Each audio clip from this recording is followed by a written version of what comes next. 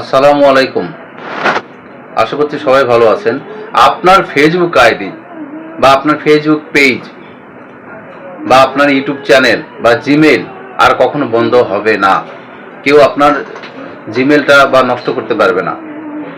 যদি আপনার ফেসবুক আইডিতে আপনি কোনো সিকিউরিটি, যেমন আপনার টু স্টেপ ভেরিফিকেশন যদি চালু রাখেন, তাহলে বন্ধ হবে না, সবাই জানে।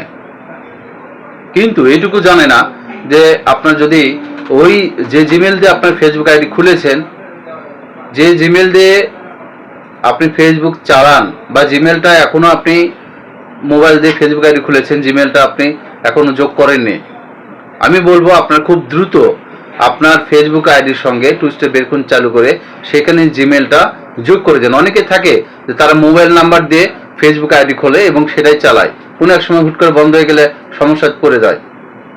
এই সমস্যা থেকে বাঁচার জন্য আমি বলছি, যারা এখনো যোগ করেনি তারা জিমেল আইডি যোগ করেন, আর যারা যোগ করেছেন তাদেরকে বলছি আপনারা অবশ্যই যে ওই জিমেলের গুগল ব্যাকআপ কোডটা নিয়ে রাখবেন এবং গুগল অ্যাথেন্টিকেটর যে অ্যাপস রয়েছে সেই অ্যাপসটা চালু করবেন।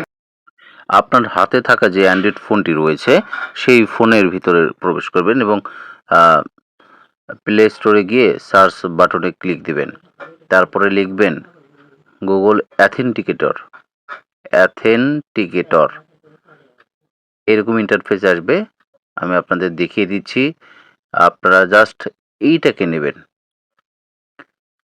গুগল অ্যাথেন্টিকেটর, জাস্ট এটার উপরে যদি আপনি ক্লিক দেন তাহলে আপনাকে পরবর্তী ইন্টারফেসে নিয়ে যাবে। এটা আপনাকে অবশ্যই মনে রাখতে হবে, এটা চালু করতে হবে।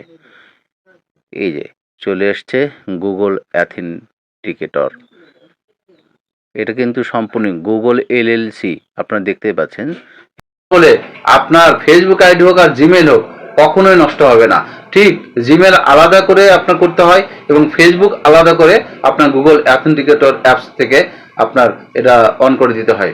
এটা মনে রাখবেন, জিমেল এবং ফেসবুক দুইটা কিন্তু আলাদা আলাদা হতে হবে, তাহলে কি হবে, আপনার এটা কখনোই বন্ধ হবে না।